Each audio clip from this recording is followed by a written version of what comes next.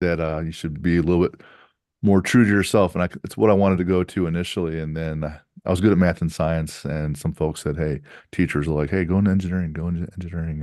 And I did, and I hated it. I wanted to go into business in some way, shape, or form. So I finished up there at Purdue in 97, but with a business degree, not engineering. Met a lady from Evansville, southwestern Indiana. I'm from Cleveland, and we settled in, in Indianapolis, north side, then the west side. So we were married for a number of years. It didn't work out. So she and I are both remarried to other folks. Get along a lot better now, and we had three kids together, and still we're only a couple miles apart. Get along great, good friends, and so things are going well now, and that's where I'm at, like physically at least. Okay. So being that you've been in Indiana for quite a long time, one question we ask all of our guests that have any sort of ties to Indiana or connections to Indiana is, have you ever been to the Little 500? I have not been to Little Five because Okay. it's a IU thing, and I went to Yeah. Purdue, so yeah. Now my wife is an IU grad, and her oldest daughter, so they've been a number of times and talk highly of it, and it's a big party at Yeah. Purdue. At Purdue, we have the Grand Prix, which is different, but yeah, Little Five is big party for everybody down in Yeah. Bloomington. Jimmy and I were raised on the movie Breaking Away. Yeah, So with on the bikes, right? yeah, yeah. So that's our connection to Indiana, and we've also driven cross country quite a few times, and it seems that every time we do that, we end up stopping for either the night or at some point in Terre Haute. Fair Hope, yeah. Yeah. Funny enough, we watched that movie freshman year theology class, high school. So I remember that one. Okay. In Yep. theology, huh? Yeah, I can't remember the parallels they were drawn other than, teamwork and brotherhood. Because it's a relay race, right? And Yeah. boy, shoot, that would be 1989, long time ago for me. So, but that's what little I remember of it, but it's a pretty iconic movie Yeah. here in Indiana. Definitely. Definitely. So, Jim, before we get into it, why don't you go ahead and give out your socials and all that stuff where the people can find you and they can find the gym and all that good stuff, and then we'll dive into it with the through line. Cool. So I run a strength and conditioning gym on the west side of Indianapolis in Plainfield. It's called Unbreakable Athletics Academy. You can find it in all the social media, so Facebook, Instagram, TikTok, Twitter, LinkedIn, YouTube. So there we have our student athletes doing sports performance, and then most adults do CrossFit. We have a nutrition component, and then I always refer to the grill as they do strongman and powerlifting.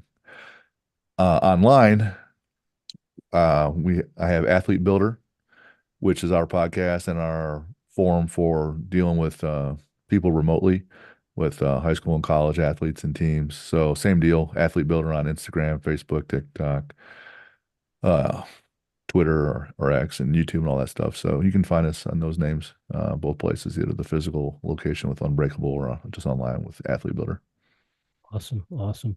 And so the through line we have for you, we had a couple of weeks actually. We just put it out on audio today with good friend Jesse Coomer. Yeah, I saw that episode And 244. yes, and so we were talking to him. We're into all things optimization and athletic performance. Jimmy and I are both lifelong athletes, collegiate athletes, all Americans, all that good stuff. And so whenever we have people we talk to about breathing and breath work, we always ask them if they work with athletes or they have any connection to that sort of stuff. And Jesse recommended that we check you out and look into your stuff. And so here we are. Awesome. Yeah, we had him on the podcast a while back, and we're working on having him out to do a seminar with us. And I went to his seminar a couple years ago because I wanted to learn more about it, plus the cold therapy, and it wasn't necessarily for me to like teach it to anybody else, at least yet. But I just wanted to learn more about it, and I was kind of transitioning from different sports, and I just wanted to learn more about the I can optimize how you can calm down a little bit, meditate, but also with the cold therapy, how you can calm down through that, handle that stress, and then also the healing components, all that good stuff. So went to his workshop, and then when I started the podcast, I started just making a list like who do I want to have on, and he was one of them, and we would talk back and forth every once in a while. So good dude, smart guy, knows a lot of stuff, fun dude. Uh, so learned a lot, and so it's just a good connection and good colleague to have in the arsenal. Yeah, no doubt, no doubt. The more tools you can have in your toolkit, the better you can, work with your athletes and help your athletes achieve their goals. So we're all about that. For sure. Yep.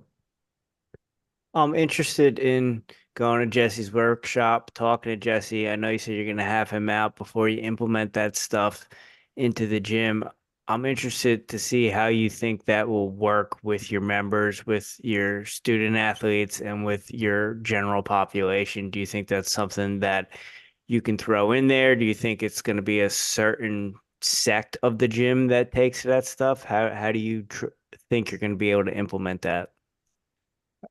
And honestly, I don't really have a plan to implement it. I thought at first we would have him out for a workshop just so my members could benefit. They could learn from him and they can implement it on their own with either his course or his books, his online stuff. So I wasn't really looking to replicate what he's doing. I was gonna defer to him just being the subject matter expert, come out, teach us for a few things, and have a couple other speakers and have like an all-day workshop. So we're still kind of working out the details, but just looking to have him kind of teach our guys. And I wasn't really gonna run with it at all. Just maybe have him out more than once, and you can keep diving deeper and deeper and teaching our guys, and they can decide to do it on their own. When I work with like my own son who plays college football and some other kids, some of the basics I will go over with them. Hey, how many times in your life have you heard when you're upset or in a stressful situation, just take a deep breath? So let's just work on some absolute basics of 10 deep breaths and what that feels like and how you can calm yourself down.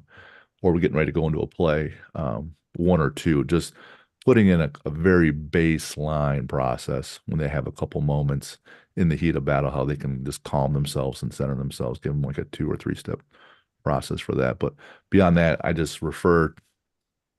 He's a lot smarter than me, and I don't plan on learning it all right now. So I'm just going to refer to him and have him do the work, right? Because he's better. And so I'm not really. I guess that kind of answers your question. If not, let me know. No, I like that, and I always like deferring to the expert instead of trying to take it on yourself. Let the expert show you guys what's going on, and then kind of go from there.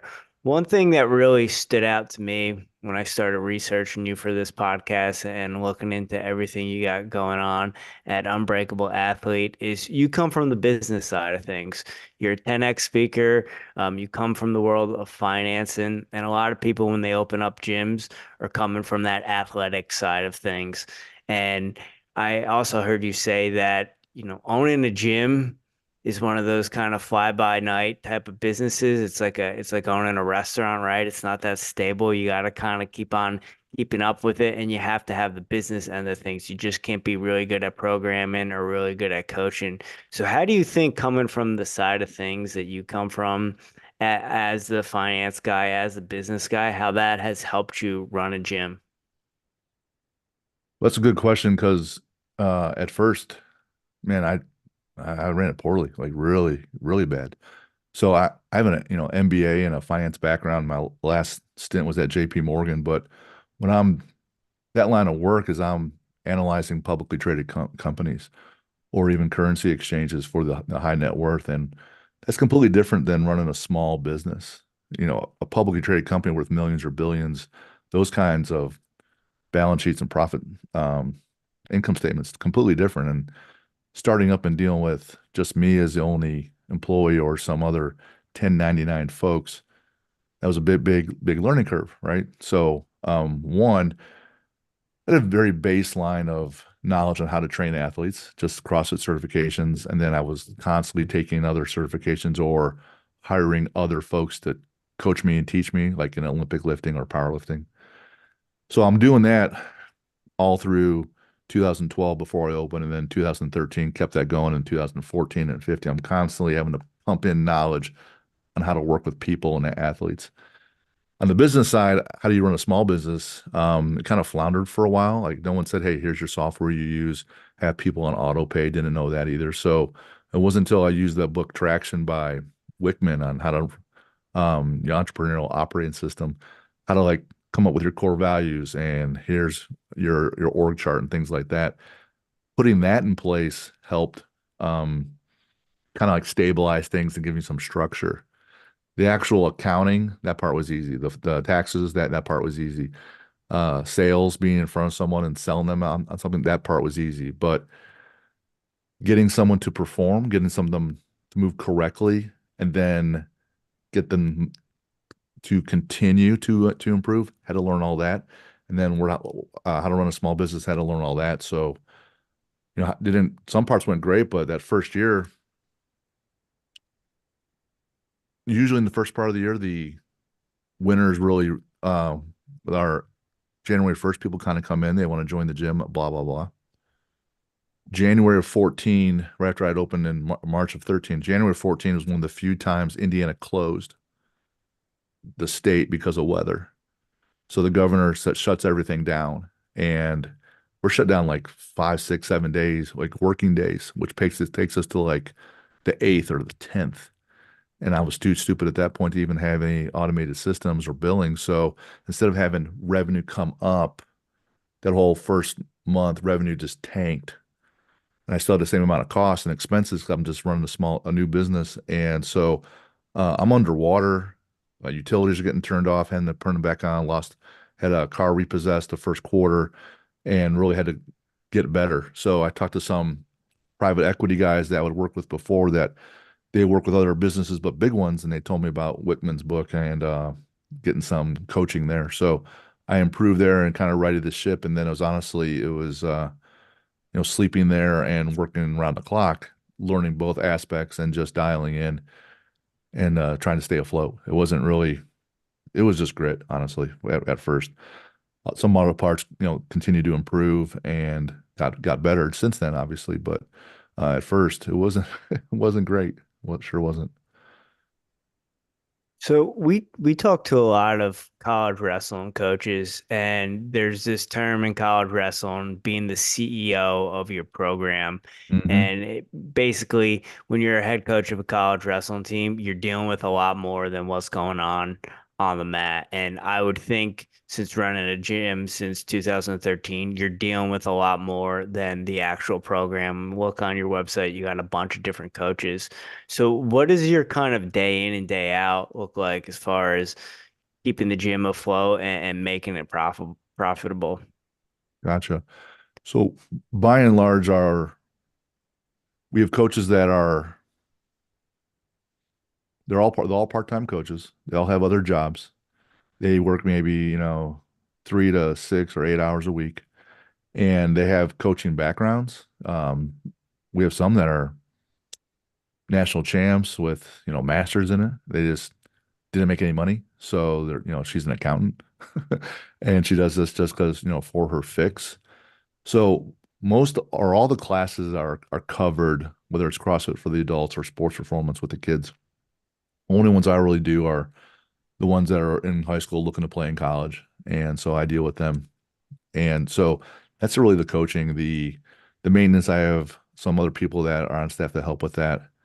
Outside of that, at some point you got to decide because you only make so much money from one location or one gym. So you have to decide, do I want to open a second or a third and start scaling? And I don't want to do that way. So my decision to scale was to do some more things online, whether it's public speaking, publishing a book, or seminars and clinics. So I started to build that component last year. So now it's designing digital courses, writing the book, getting the book published, all the while keeping the gym going, going to Chambers Commerce events, Rotary Club, Kiwanis, all these other networking events, still meeting folks so that I can do a lot of word of mouth marketing. Anyone that comes into the gym, they all meet with me for a game plan session to learn more about them and look what they're looking to do and try to structure that with them. And I always want to have my pulse on things. So I'm there when other coaches are coaching classes so I can observe and help or critique in the morning and the evenings. And then we got 6 kids at home. So some are still here, some are not, but several were athletes in the gym. So I'm working with them. And I'm trying to travel baseball clubs and their coaches or go to other person's games so I can meet them. So I'm just always out networking, trying to bring people in and, I guess bring them on as clients or athletes so that we can impact them, but also grow the business. So it's more of a sales role and a head coaching role with the current coaches, I guess, is the bulk of my duties. Some online things, but as you get bigger, then you can outsource more or hire more folks. So we're always kind of trying to like get bigger so we can hire some more folks and make a bigger impact. And then you just keep repeating the cycle. But I'm just pretty mediocre at some parts of it and better at others, I guess. Jim, in those early years when, the state was shut down and things weren't looking so great, was there the kind of the burn the ships mentality, or was there the thought of like, maybe I should get back into finance? The burn the ships mentality occurred before I opened because in 08 and 09, I went back to MBA school, and it's usually a 2-year deal. I did it in one, and not because I was really great, just I had 3 kids and just fresh off a divorce, so I can only take a year off of no income. But it was 08 and 09. If you remember, it's the housing bubble, right? So come January, it's not a good story, but come January, Bank of America, one of the banks that got bailed out, had my student loan, called me up and said, "Hey, no money for you." Great. So I had to put that entire semester on a credit card at 29.9% because all the banks raised their interest rates to the maximum limit the Fed will let them do. So I went from there to JP Morgan and started doing better, working out of debt, and things are going fine.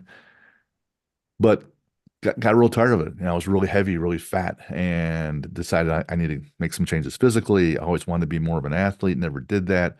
It's a long lost like itch that I wanted to get back into, and just tired of making people wealthy and always getting shit on with your boss, and because it wasn't enough. I'm like, you know what? I'm tired of this whole industry. I'm going to start my own business. So I followed the Steve Jobs speech at Stanford, how you follow what you love and you'll be fine. And that's kind of true, not all the way true, but it's kind of true. And so I still wasn't that great off financially. So to start the gym, I had some private equity people, lend me some money, but also cash in all retirement accounts, all insurance stuff, all plans, and put all that money in. So by the time I opened in March of 13, the ships were burned and sunk. So come January of 14, when it all shut down, it was like, well, there's no other boat, right? And I still have this, I have 2 years left on my lease, and there's now equipment and stuff, so I can't really unwind the whole business and come out okay. I would just dig a bigger hole, I thought. So I just dialed in and kept going, and here we are, I guess. So yeah, I burned it a long time ago. Awesome. And when the gym first opened, was it for adult fitness, general population, or was there that like student athlete component from the get-go? Just CrossFit. Just CrossFit. I looked at the trend and it was trending up, and I thought it was going to last for a good long while. Now it's plateaued and in a bit of decline. So I went with that route because I really think it's an excellent tool for getting people general health and wellness. It wasn't until about like 10 months later, a nearby gym that did sports performance was falling apart. So one of the coaches left, and he came to me and said, "Hey, do you want me to start a sports performance piece?" And I was like, "Yeah, I have the capacity." My gym facility is 10,000 square feet, but it's in the west side of town. So it's really, on a relative basis, it's really cheap. It's not on the affluent part of town. So I had room for him to grow that piece. And when he would bring in kids, I would just pay him a commission. So he was one with the background, the bachelor's degree, and I've been coaching it for 4 years.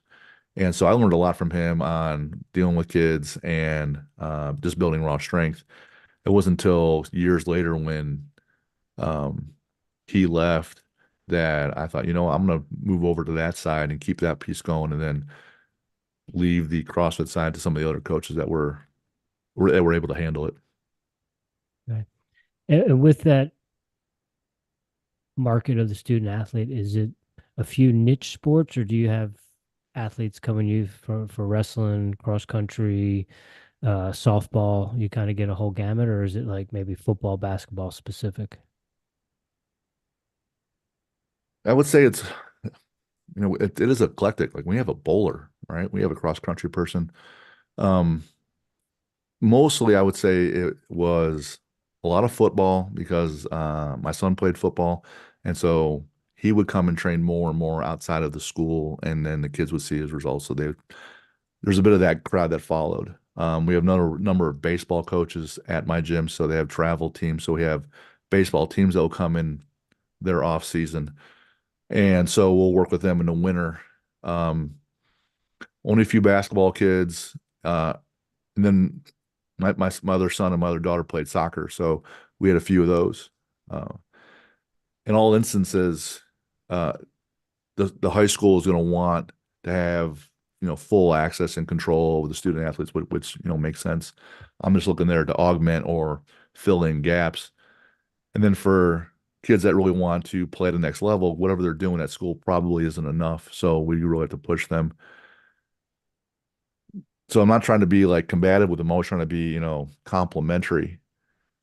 But when you work with the travel kids, though, too, they're playing so many games a year that them doing the strength and conditioning piece or building up just strength and power and speed, it really takes a back seat to their lessons and practices and games. So it's a real hard market to make an impact because there's only so much time and resources that parents have with the money or their other costs for to play the sport, and then the time cost to go to different practices. But I tell you what, the real answer to play college sports is going to be this. You have your kid play two sports through high school and have them lift year round. At 49 years old, back in the day, playing CYO ball or rec league, whoever was really good on the team probably made the travel all-stars, which gave them an extra 4 or 6 weeks, right? Maybe probably 8, but not quite.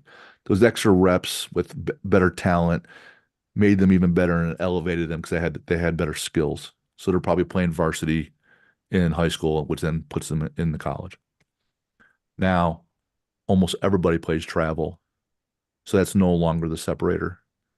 But almost no one lifts and is really, really strong or that powerful. But everyone knows who the strongest or most powerful kid is on the team, or the fastest, right? That's all buildable, but no one really spends the time building it. So if you're the one person and no one else is doing it, then this gives you the competitive advantage to win.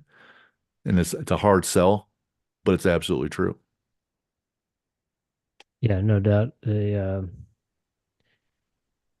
best way to get kids, make them more successful, is to get them stronger. Jimmy and I have been saying that for a very, very long time. And I was kind of at the tail end. I graduated high school in 94 and I was a three-sport athlete. And then when I went off to college, it seemed like there was right at the right when I graduated, there was this kind of shift where it went way more specialization and single sport, year-round sport. Yep. And now I'm curious if what you're seeing on your end, because I'm starting to see a little bit of the pendulum swing back where you're starting to see kids doing multiple sports in high school for their marketability. And I coach wrestling, I coach track, I do weightlifting as well too. And I'm always trying to get the football players, hey, if you're a lineman, I'm going to make you a better lineman. You can come be my heavyweight. And sometimes, the coaches are very territorial. Like you said, they want that kid. They want total control over the schedule and all that stuff. So I'm curious, are you seeing a shift in your area of multi-sport athletes again, or is it still that specialization? I'd say with the baseball and softball, it's really specialized. You might see some of them cross over, maybe play some tennis. The football guys, man, if they would add wrestling, one, the mental toughness that's built there is going to be unparalleled. Two, their grappling with their hands is going to be, so helpful. But you don't see a lot of that. Some of them will take that winter sport off, and then maybe they'll come back and do track. So the big boys will throw, and the skill players will sprint. But there's a little bit of that, and it's good for them to at least do that because they can continue to learn how to be a good teammate. But I really basketball, nah, a little bit. I don't see the football guys playing basketball a whole lot. Maybe some of the skill kids, but not a lot. Honestly, I haven't seen a big pendulum switch.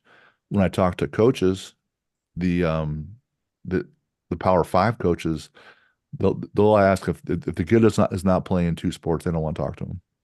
They don't think they're well-rounded enough neurologically. They're not advanced enough. Um, the other ones, the other smaller schools, they're getting the next tier. So maybe they are just getting the specialists.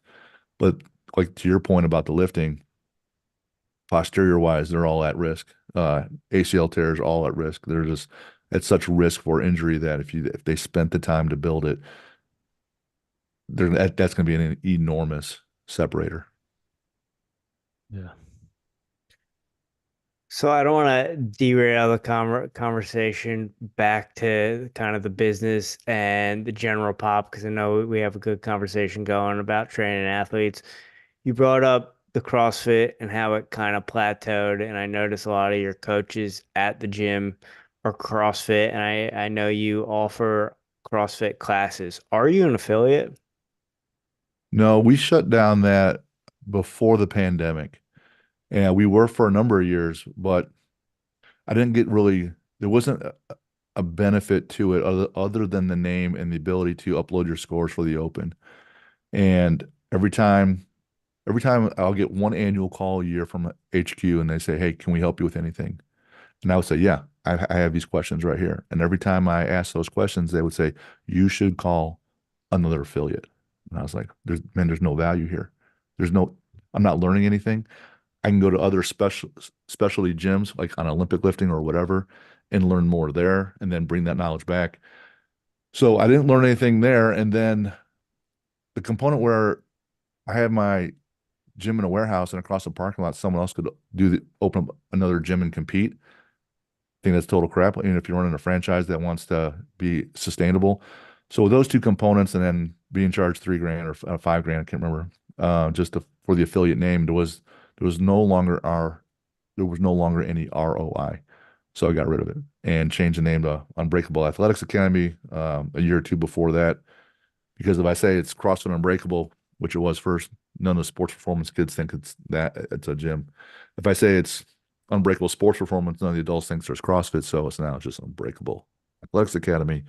We have strength athletes, CrossFit, and sports performance and nutrition. So it's broader, so I can cast a broader net. Did that hurt at all? Was there people that left because of that? They didn't leave. I do get complaints about in loading up the scores for the open. And I'm just transparent. I'm like, hey, I don't get any value from that, and it costs $3,000. Just to upload the scores. We'll still upload the scores. We'll still have it. You guys, we still did the open. We're still doing the open right now. People want to do that, and it's great, and it's fun. We make it more of a game. It's not.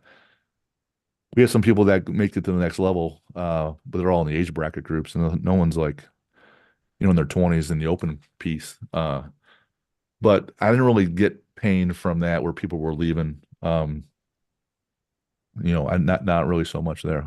No. Now, since not being affiliate prior to 2020, everything that's gone on, the new management and stuff, do you pay attention to any of that? And do you kind of good riddance? I'm kind of happy I got out when I got out, or do you see kind of things changing? And would you ever go back to being an affiliate, or you don't see any benefit of it? I would say there's definitely more now. When you're a brand new affiliate, or if you go on their site, there's a model for writing a business plan. I didn't have that. I used a textbook from MBA school. So there are other courses. There talks about building your following online. So there's definitely some more value, especially from someone brand new on how to run those pieces. I think so.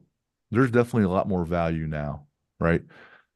After 11 years and all the lumps and stuff, everything they're still putting out. Not that I'm perfect and I know everything, but I still have already learned that stuff. So there's in that piece where I need to go back there. Well, I really need to partner with them because of this. I follow the open, follow the games. I like watching the games. I like almost every sport to watch. I'll watch golf, tennis, and bowling. Whatever. I just like to watch people compete. So yeah, I'm dialed into all that stuff, but it's more focused on I got soccer moms and soccer dads, how we can get them healthy and keep them going. And then how can I make an impact with student athletes is really the focus that I'm, the two things that I'm focusing on right now. That's it. Your clientele, is it more the student athletes or is it more the soccer dads and soccer moms?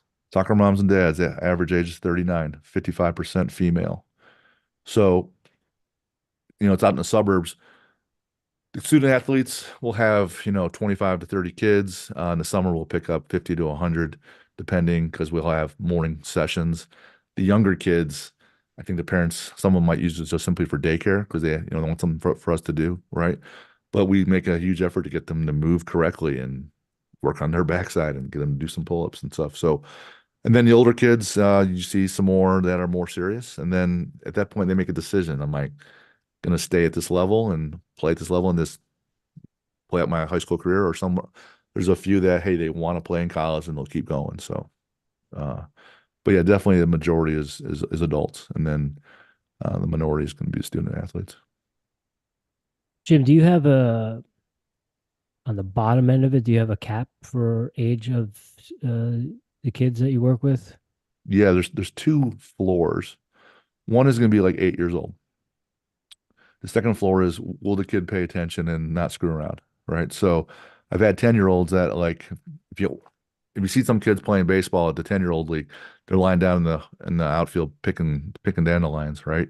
So if that's one of the kids in the gym, we say, hey, he's just not ready yet. So they got to be able to pay attention and listen to the coach.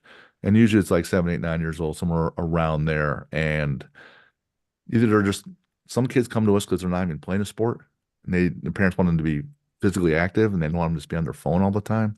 So we'll have them just doing the basics, a lot of body weight stuff, a lot of lunges. Uh, and then some of their kids are parents, so they want them not necessarily training, but getting stronger and faster. So they'll be doing all the basic stuff too until they're better. Then we'll start loading up with some kettlebells and things like that. And we have some training bars that are 10 and 15 pounds, 20 pounds, so they can start learning to, how to move that stuff too. But yeah, there's so two floors Yeah. to answer your question.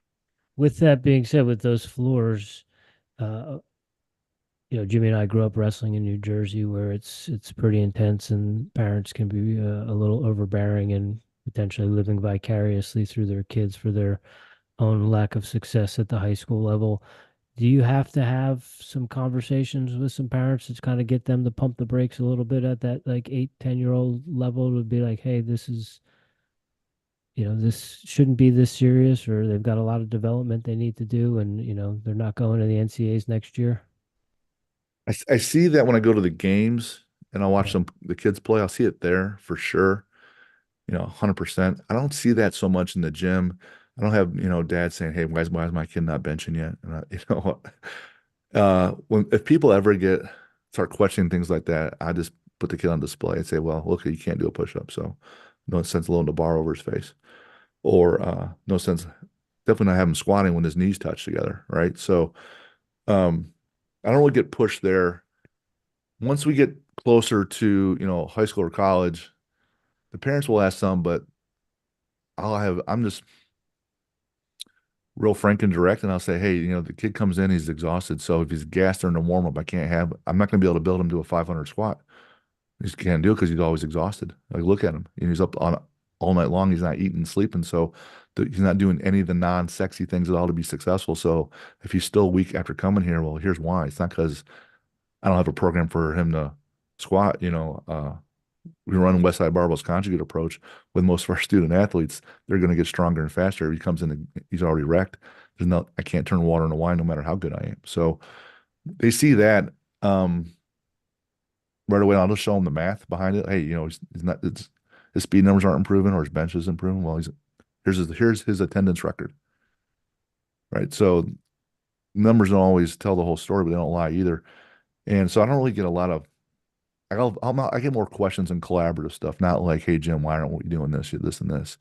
Or why are we doing some more combine specific tests? And I'm like, your kid's not there. He's not good enough. There's no point in doing that yet.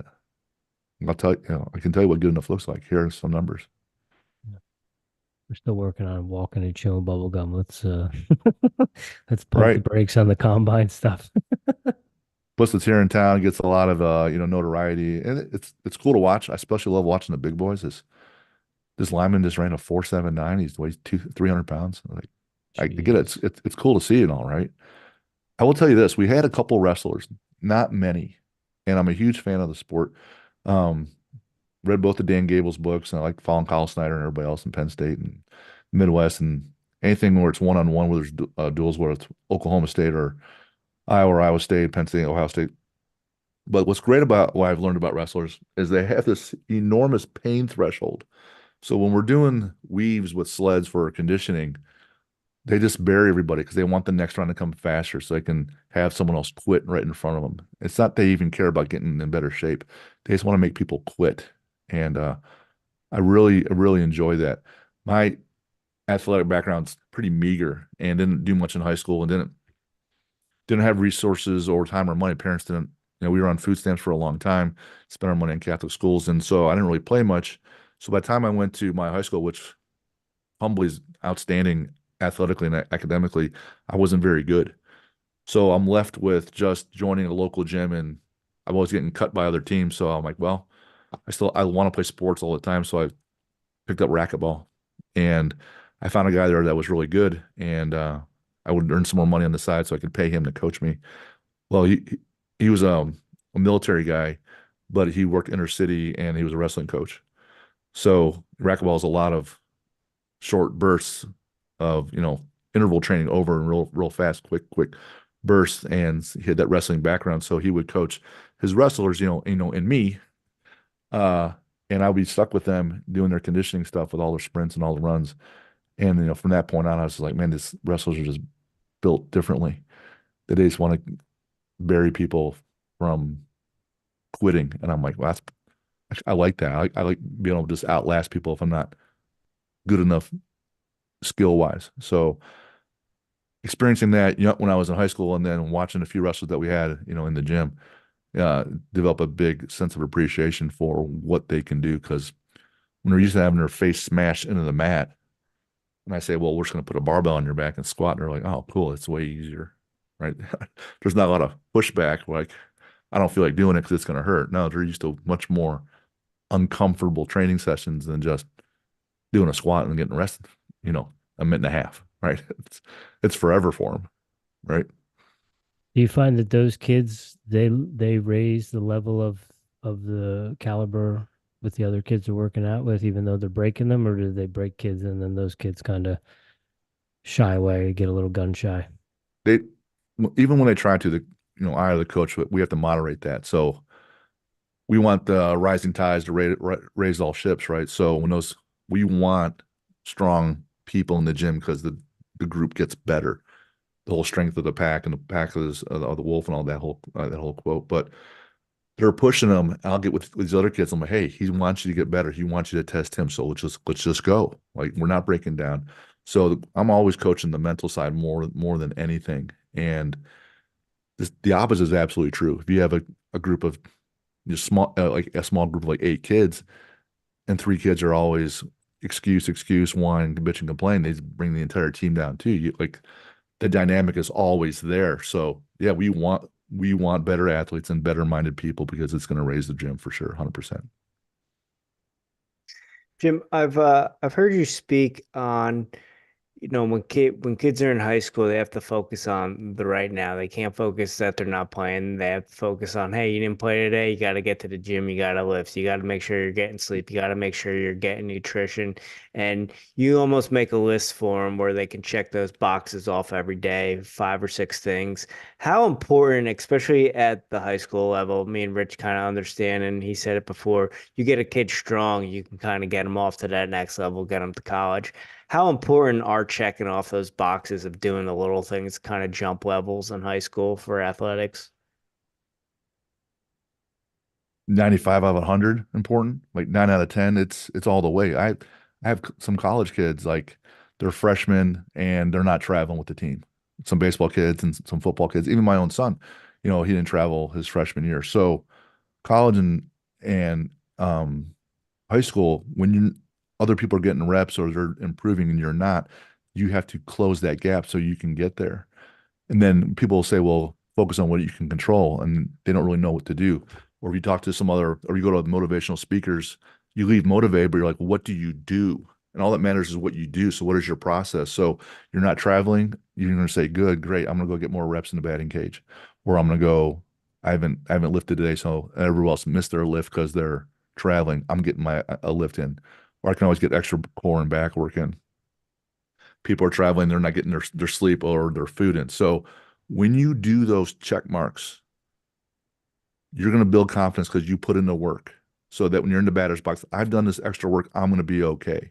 When you get on the field, everyone's nervous because they haven't earned the right to be confident yet. Well, the way you earn that right is when you're on the field and you perform. But before that, if you do all the little things leading up to it, then you're about as close as you can to being confident because you did so much more than everyone else did. So, hey, I know that I'm getting 1.3 grams of protein. No one else is. I got my creatine in, fish oil. I'm taking all my supplements. I'm eating right. I'm not lethargic. I'm not on my phone. I'm checking all these boxes. So you know that at least when you go to practice the next day, whatever you are as an athlete, you're optimized. You can do whatever you can. So it's like, all right, go. I've done all the things. You've earned the right to push and then go full send with folks. People get nervous because they didn't earn it yet. Oh man, I didn't study the playbook. I'm not getting in, or you only get a few reps and you're not traveling, but you didn't study the playbooks and now you get a few reps and then you still don't know it. Well, now they're real nervous because they're not prepared. People are nervous when they give speeches because they're not prepared. But if I had you guys speak about wrestling, you guys could wake up with a 3-day hangover and still be able to talk about wrestling, right? Because you're totally prepared and you know the subject. So when your athlete is totally prepared, they're ready to go. So you get their one chance in practice and they get a few reps and they can perform. Boom, they already moved up. Maybe they're up the depth chart from 5 to 4, from 3 to 2. But everything that people don't see, that is like 95% of them earning the right to be confident and have the ability to perform and actually win in practice, which then gets you into the game. Do you use those checklists with your general pop with your adults? Obviously, they have different goals, but getting those gains, getting to see the scale or look in the mirror that you want. I think it's the same thing, right? Do you use that with your adults, or are they kind of coming at it from a different mindset? I don't know how to do a different mindset with any kind of person who wants to be better physically or mentally. When you're really dialed in your philosophy, you'll see it anywhere. So if I take someone who's a financial planner, 'cause I talked about building an athlete, there's three components for your head and three for your body. When with your head, there's your mindset, your core values, your identity, how you go about doing things. There's your knowledge of the sport, and there's what comes out of your mouth, how you deal with people. So I call it teammates. Physically, what goes in is your nutrition. Then there's how do you train. Then there's how do you recover. Those are the three for the body. I take a financial planner and I'll say, what's your mindset for financial planning? Are you hitting all your sales numbers? Are you hitting your daily methods of operations, all your little tasks? Do you have your process down? Do you know your financial planning perfectly? That's a knowledge component. How about when you deal with your boss, your coworkers, or your prospects or your clients? What comes out of your mouth? Can you move the needle on all three of those things? Or an athlete, you're still trying to move the needle. Physically, what if you come in and you're in great shape? Are you going to have more energy dealing with people? Do you look more professional because you're in shape? If you're just when you're with your nutrition, when you're not with clients, and you're binging on a bunch of food or boozing at the cocktail lounges and things like that, is that going to look good? No, right? If you're always exhausted, are you going to be able to perform well? What if you're a trader, right? So you see your philosophy, and I look at those 6 things, those checking the boxes. I can identify with almost any business or with an athlete. So with an adult, I can do the same things. And in each instance, I can't do it all for anybody. So they got to at least meet me some of the way. I can't meet them like 90-10. It's got to be like 55-45 me, where I'm doing more of the work, or 60-40. And when people say, well, I want to lose weight, I got to come up with why. And why is that important? And why is that really important? What's the real reason? It dials into their mindset. And then, what's your knowledge of how to lose weight? What's your nutrition look like? Well, I don't even know what the difference between macronutrients are. How about dealing with your people? Well, my husband is dialed in about being healthy, but my wife isn't, or vice versa. So I can coach these people that are adults and children the same way because I'm always trying to move the needle in all 6 areas. I take everything I learned in MBA school about analyzing a company with a SWOT analysis, and I apply it to those 6 components, and I find the critical thing. So the whole Andy Frisella win the day, that's our mantra as well, because if I can do these 6 things, then you're going to win the day. You're going to lose weight. You're going to be in better shape. You got a better shot of having a better heart scan if you're an adult, right? Or a better in-body scan for your body mass. So I think if you check those boxes, a la James Clear's Atomic Habit style, that's going to give you a shot to win at anything. So with that being said, Jim, with those 6 areas, do you see that there's a different struggle on the adult side versus the struggle that the kids have with those 6 areas? I don't know that they're necessarily different. Maybe they're different the degrees. At some point, the adults are going to be in shape, and they don't need to build their squat or their speed or their power clean or get really any faster. They arrive. They're in shape. They're lean. They have good eating habits. They look good with their clothes off. They can run a number of miles. They're good. And they're having fun while they're doing it, and they're socializing with their teammates in the gym. That's a pretty good product or service. I don't really need to push them anymore because they don't want to achieve anymore, which is totally cool, right? Same thing with the athletes. At some point, they're going to say, "Hey, I'm cool playing JV or I'm cool playing varsity, but not in college." But there's those people that want more. We can just ratchet up and take the next iteration and give them more. But at some point, everyone's going to stop and quit at some point, right? We can keep them going as long as they want, but if not, then we just all right, you're good. The hard part is when you sink in your philosophy and your identity and your effort in the people, and they quit. It's still it's personal, and it hurts. But if you can reach those folks, you can move them as far as they want to go. The difference is usually adults just want to be healthy and well-rounded, and the high school and college athletes, they don't care. Like they want to compete. Competing isn't necessarily that healthy. They want to win. They're going to Right. do things that are skewed and unhealthy in some ways. Sure, sure. Curious, what you said you work specifically with the high school athletes that are looking to go to the next level and compete at college. Is there a different sort of strength and conditioning program, or is that more of similar strength and conditioning, but you're working with them more on their mindset and their goal setting and that sort of stuff? The, the training is very similar. However, it's usually like 90 minutes, not 60. Uh, the training also is different though, because I'll beat on them more and I'll push them harder. I'll give them things that are not necessarily great for training, but they're for mindset building. Like there's not a lot of value in lunging 200 or 400 meters, right? However, there is some mindset value. So you wrestlers from New Jersey, you guys probably follow Zach Evanesh a little bit. And Yep. so I like a lot of what he does. That some of these things aren't necessarily going to get you stronger or faster, but you're still going to build your brain and your resiliency. So there is that piece. And then we have our Zoom calls with the athletes on weekends.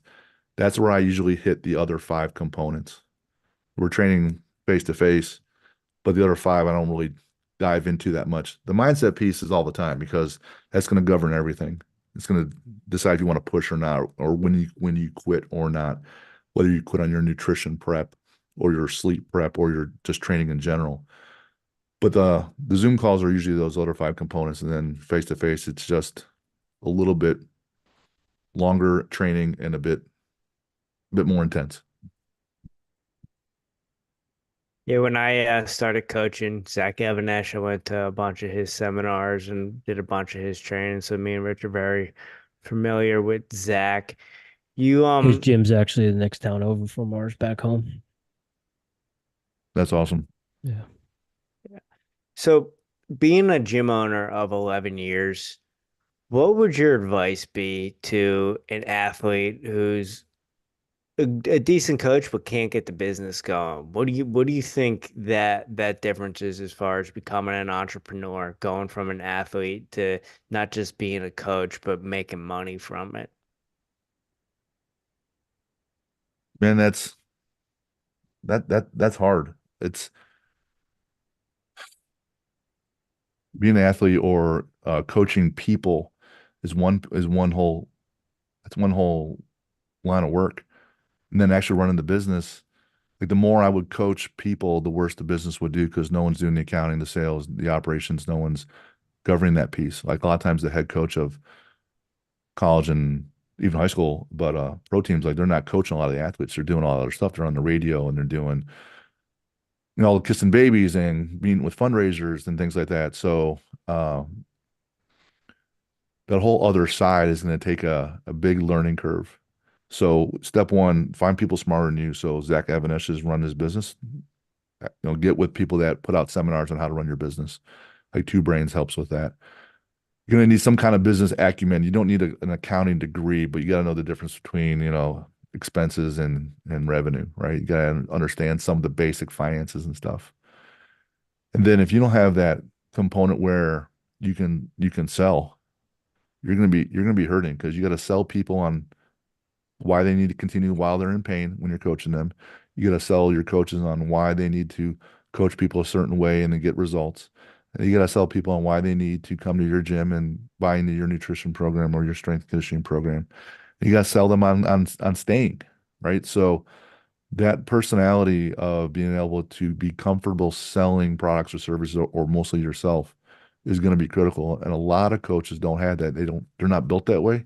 And it's not their makeup. They haven't had to do it, so they don't develop it. And it's for most, it's not, innate. You have to learn it. You have to learn how to connect with people and ask them to move forward with a sale or something like that. So I find that most coaches struggle with that piece the most is the selling component. So they need to learn it and get comfortable with it quickly. Do you think it's a one person job, or do you think ideally you want one person doing the selling and one person doing the coaching? Statistically, you don't want to hire a second person until your revenue is 350 to 500,000. Now, so you can hire like what I do, part-timers that have other jobs. That's how you get around that. But not everybody's running the ball and everyone's blocking. So if you have someone that's great at coaching, they need to be doing that, and someone else should be selling, right? So they can, if you're jack of all trades, master of none, that it's not going to work great. There's a few folks that have an accounting background that can sell. So that it's unusual. There's a few backgrounds that can coach people and then also sell and then run the operations. I just kind of muscled my way through it with the different businesses I've had. I've had to run over, 40 years. So not that I'm great at it, but I had enough different experiences where I can do a little bit of all of it. But most gyms I talk to, they have different folks for everything. Jim, what's been a really good marketing tool for you that's That's helped a bring some new people in? right there. That is probably one of the components I'm absolutely weakest at. You know, I'm not even like I'm not very good on online with social media. I don't think I'm not very flashy or things aren't,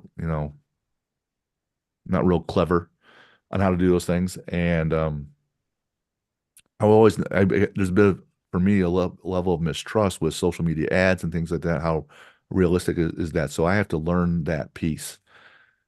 Um, and it's part that's absolutely missing with the online business and even the gym itself.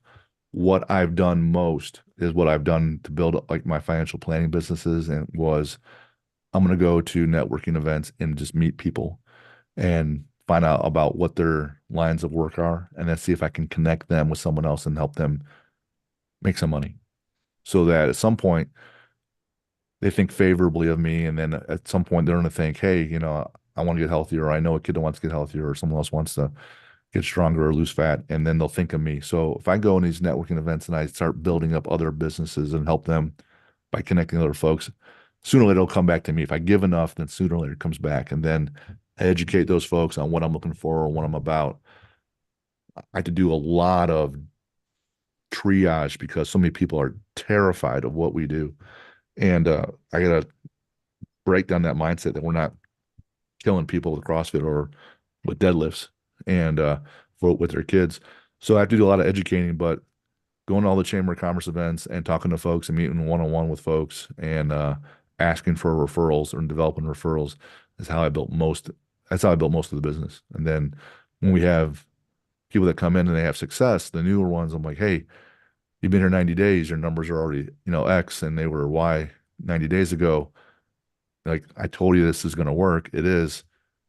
I'd ask very specifically, who are some teachers that you know, or who are some people at work, or who else in your family could you bring in here that we could talk to? So I have to specifically ask them for referrals after we kind of earned it. So those are the two main avenues I've utilized to build the business.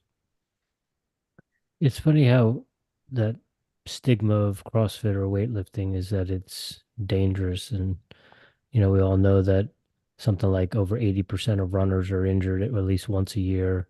And it's like, well, your three Diet Cokes a day, 7 days a week is unhealthy or dangerous, or the amount of red dye 40 that you give your kids on a regular basis is dangerous. They don't sometimes they just don't see those certain aspects when they throw things around like, oh, CrossFit's dangerous, or oh, deadlifting's not good for your back.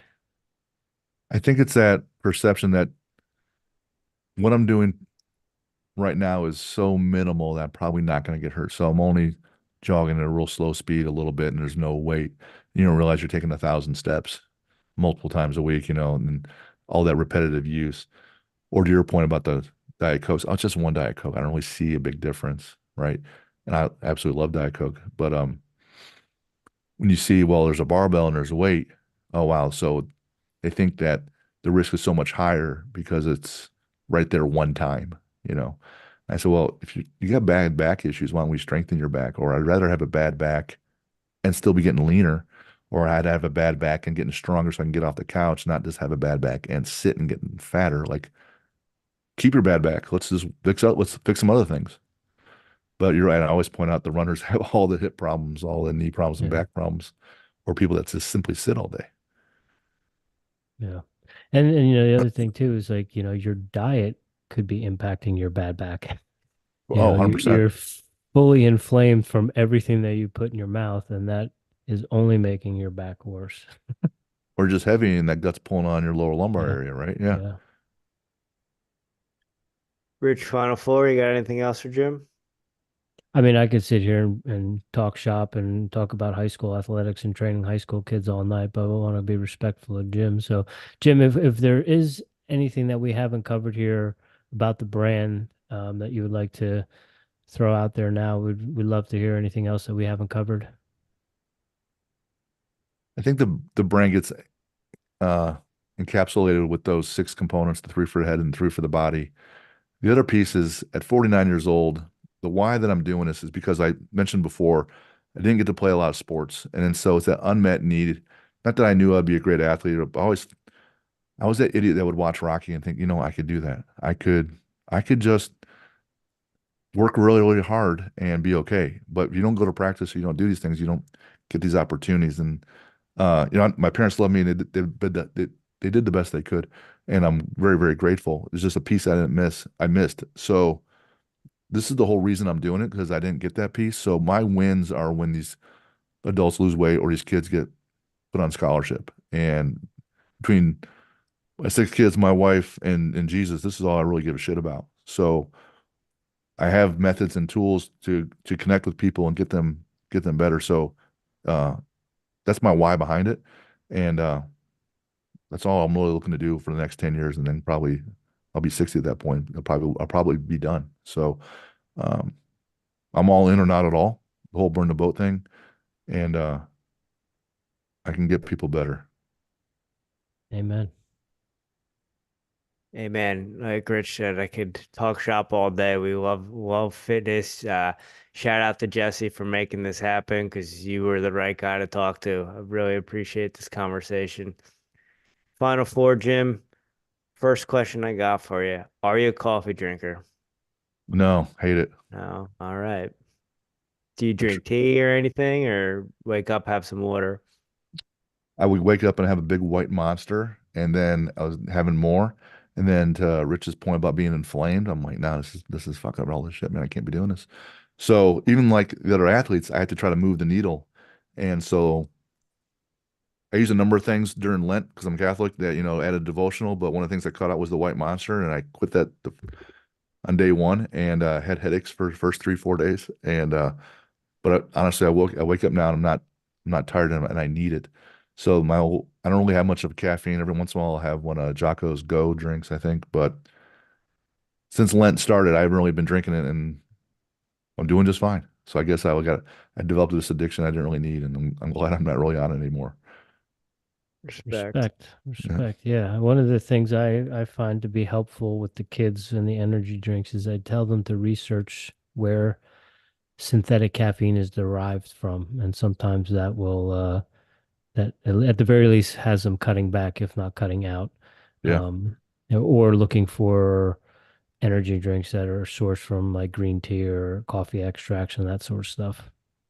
I did try green tea this week, and I love vegetables, love spinach, but the green tea to me tasted, I don't know if it's a brand, like liquid spinach. And I was like, I'm like, no, I'm not doing that. So I guess I'm just off it. Good for you. I got Good plenty for of other you. vices I'm working on, but it's just the current one I'm trying to mitigate. We're gonna get to that. Don't worry.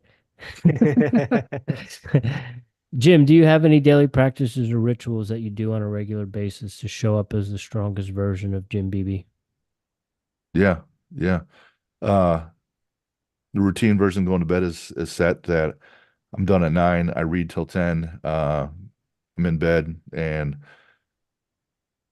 the fan's going. It's cold as hell in my room. I have a big, there's no white lights and they're not on my phone. So I set myself up the next day, get up next morning, 5:45, 5:30, 6 o'clock latest. And then, uh, I clean up everything in my room. Bed's made so that I have less clutter and chaos in my life.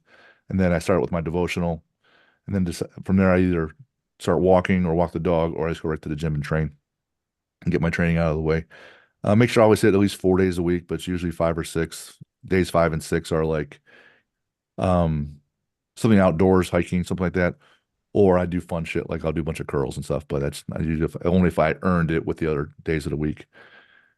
Um, type 2 diabetic, so keep working on being healthier because I used to compete in strongman and powerlifting, and I was 320 competing at that. And I had enough issues at 45, 46, I stopped. And then, so now I'm down to 260, but I still have, I need a better A1C number. So I'm testing out intermittent fasting right now for my diet to see how make myself less sensitive to gluten or not to sugar. So I'm always with the glycemic index on a lot of the foods I was eating, not good. So I'm trying to improve there. And then after I train, I usually have to read something to try to be better. And let get to your guys' point about marketing. I'm kind of an idiot there. So I've been learning about that. From that point on, it's a full sprint until 7. Either I'm coaching at the gym with those guys, working with my athletes, or working on developing a course. I'm writing 2 books. So there's the editing piece right now. So uh, I throw in food real quick, come home, or I work from home or at the gym and see my wife and the kids we have left, usually from 6:30 to 8. At 8 o'clock, I'll usually watch TV or hang with my wife. And then 9 o'clock, I go back to bed. So the more Solid. disciplined and regimented I am, the better. Whenever I'm off, things fall apart. Sundays, I try to set everything up for the week, put out my targets, priorities, print out my to-do list, prioritize those. And I have that each day of the week so that I can hit those. Don't always do it. Sometimes I'll skip the ones I don't want to do on the priorities and then do something else and be undisciplined. But more regimented I am, the more successful I am. And when I'm not, things start falling apart. Yeah. I feel Discipline you on equals that, Jim. freedom. Yeah, it sure does. Right? It's a great quality from Jocko. Yeah. Jim, what are you listening to right now? Music, podcasts, audiobooks? What are you reading? Well, like the books behind me are just a fraction, right? So those are all like either sports or improvement books. I'm always reading one of those. So Alex Hormozy's one on building leads is the one I'm reading there for that. Ryan Holiday's book on stoicism is like the fun one I'm kind of learning because I really like the philosophy behind things a lot. So those are the things I'm reading for improvement. I can't remember the guy's title. The book I read at night before I go to bed is it's mind candy. It's guns and politics and the president and people are killing each other and spies. So I kind of read that, for fun at night. What I listened to, I checked out. I didn't get into Jesse Coomers yet, but I checked out, Pat Damiano. I don't know if I'm saying it right, the kettlebell guy, Hmm. and Yeah. then Jim Gibson, the VMI wrestling guy. I was listen to those. Um, I like to listen to podcasts that I've been on or I'm going to be on or people I might want to have in mind. So that's why I was checking out yours.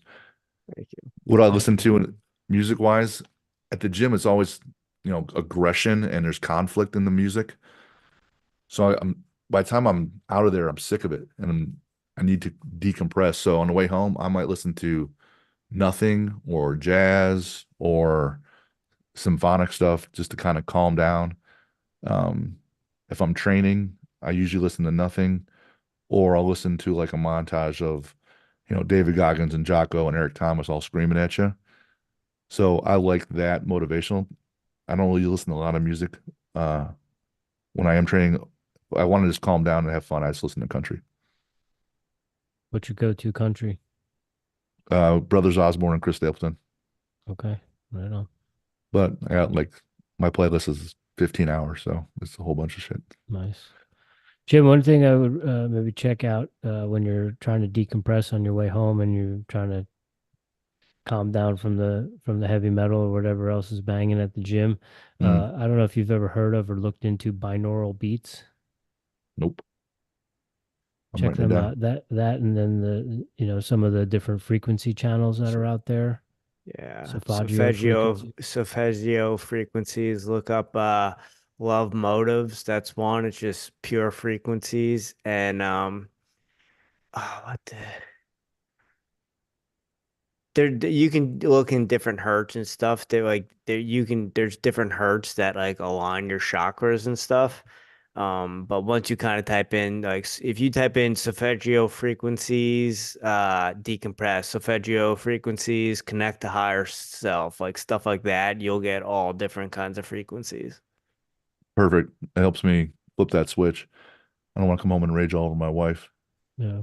right? Same thing with the binaural beats. If you put in like binaural beats for focus or binaural beats for sleep or calming, it'll pull up a bunch of different things depending on where you consume your music and that sort of stuff, but can be helpful.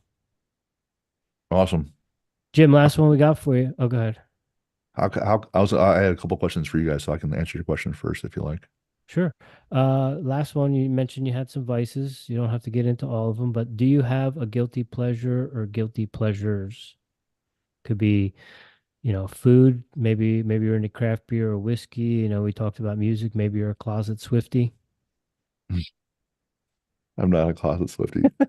I got a ton of vices, a ton of vices. Food wise, unfortunately, I like everything. I hate broccoli and cauliflower, but I'll eat if someone gives it to me. So salty snacks, yeah, I can eat a ton of that. I've been working on giving that up. I can pie, cake, everything. So I'm always trying to minimize that. The two real unhealthy ones, I like bourbon and I like cigars. So Okay. uh, I would sometimes they're coping mechanisms. When I'm really stressed, I get rid of all of it. So if I'm a little stressed, I'll probably eat them more. If I'm more stressed, I'll probably drink or have a cigar. If I'm all the way redlining stress, I don't eat, I don't drink, I don't smoke. At that point, I just start working until I can't and trying to get myself out of the hole and turn the momentum around. When I'm changing out like from working on one task to another, I'll stop and play stupid fucking Clash of Clans. I've been locked on that for like 10 years. So a couple times a day, I'll play that just on the phone because it's stupid and mindless, but I can switch gears and then I'll just refocus. If I'm playing any game all the time for fun, I play a lot of chess online uh, for fun.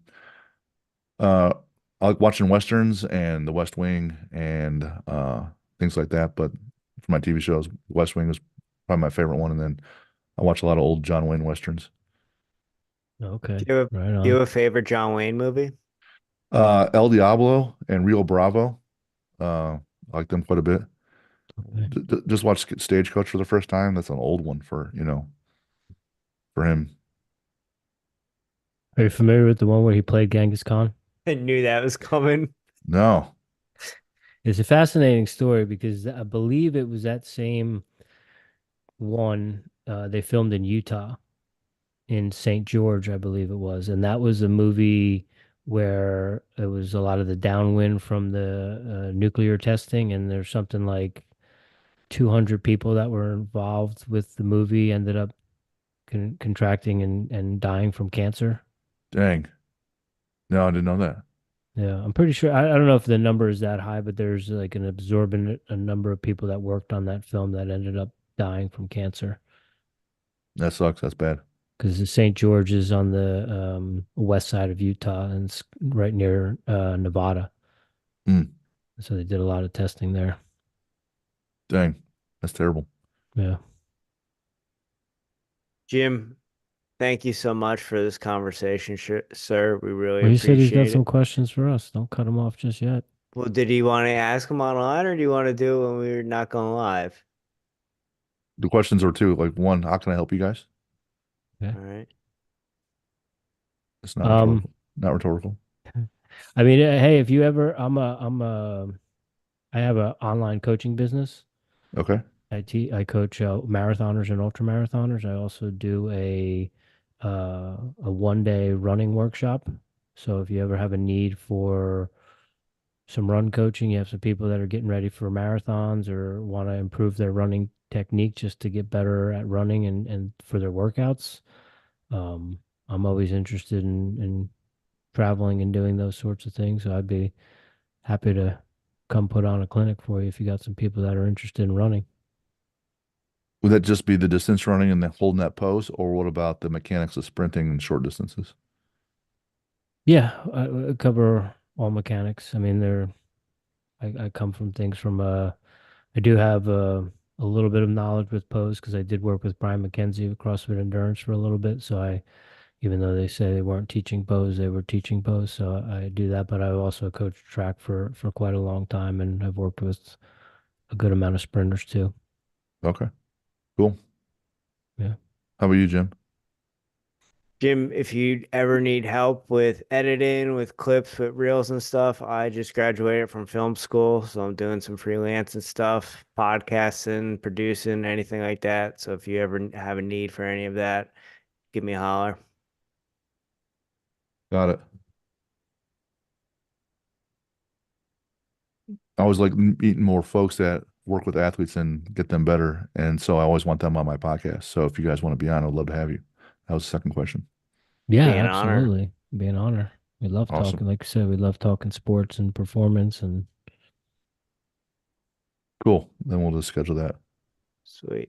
you are in one of in Indiana, which is one of only three states in the entire country that only has one state champion per weight class in wrestling in high school. Other states have multiple champions in one weight class. Yes. Yeah, So they like have a lot of times well, most of the states they divide the states up into, classifications based on school population. Right, right, right. So they'll have a 5A state champ, a 4A state champ, a 3A state champ, a Oh, 2A. got it. Okay. And so New Jersey, Indiana, and California, they funnel their entire state into one bracket, one champion per weight class. Have you been to it? The state finals in Indiana?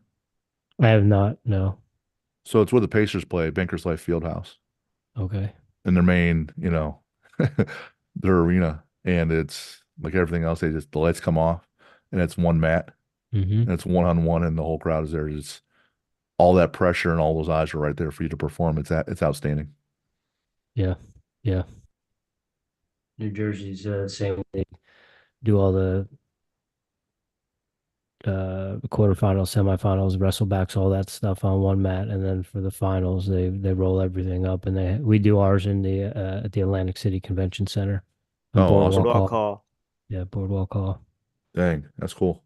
Yeah. Awesome. Man, I really enjoyed my time. I know I get excited and I start talking probably too quickly. At least that's what everyone says. So, oh well. But man, I can do this all the time. Hang out. Yeah, it's an honor and a pleasure, and we love talking fitness and health and optimization, and especially that component with the high school athletes and stuff. That's right up Jimmy's and I alley. So we appreciate your time and all that you're doing, and keep getting those kids strong. It makes a difference for them. Can do. Right on. Sweet. Thank you so much, Jim.